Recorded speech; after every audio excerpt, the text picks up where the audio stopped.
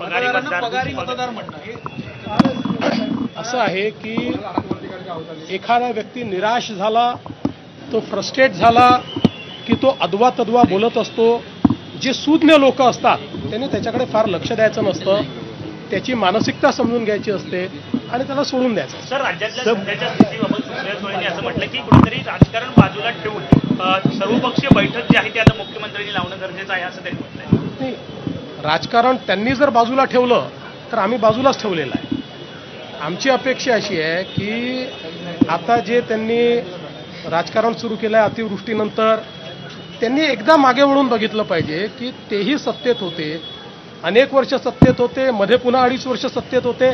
प्रत्येक वेळी कलॅमिटी आली, त्या कलॅमिटीमध्ये त्यांनी काय केलं हे एकदा त्यांनी आरशात बघितलं की त्याच्यानंतर ते जे राजकीय मागण्या करतायत त्या राजकीय मागण्या बंद होतात. 50,000 रुपयाची वारंवार एक मागणी करताना पाहायला मिळतात. म्हणूनच मी सांगितलं की विरोधी पक्षाने इतके वर्ष सत्तेत असताना अशा प्रकारच्या कॅलॅमिटीमध्ये त्यांनी स्वतः काय केलं आहे, त्यांनी काय निर्णय घेतलेले आहेत, त्यांनी काय GR काढलेले आहेत, असा एकदा आरसा बघितला की काय मागणी करायची ते ठरवते. मनोज जरांगे पाटील वारंवार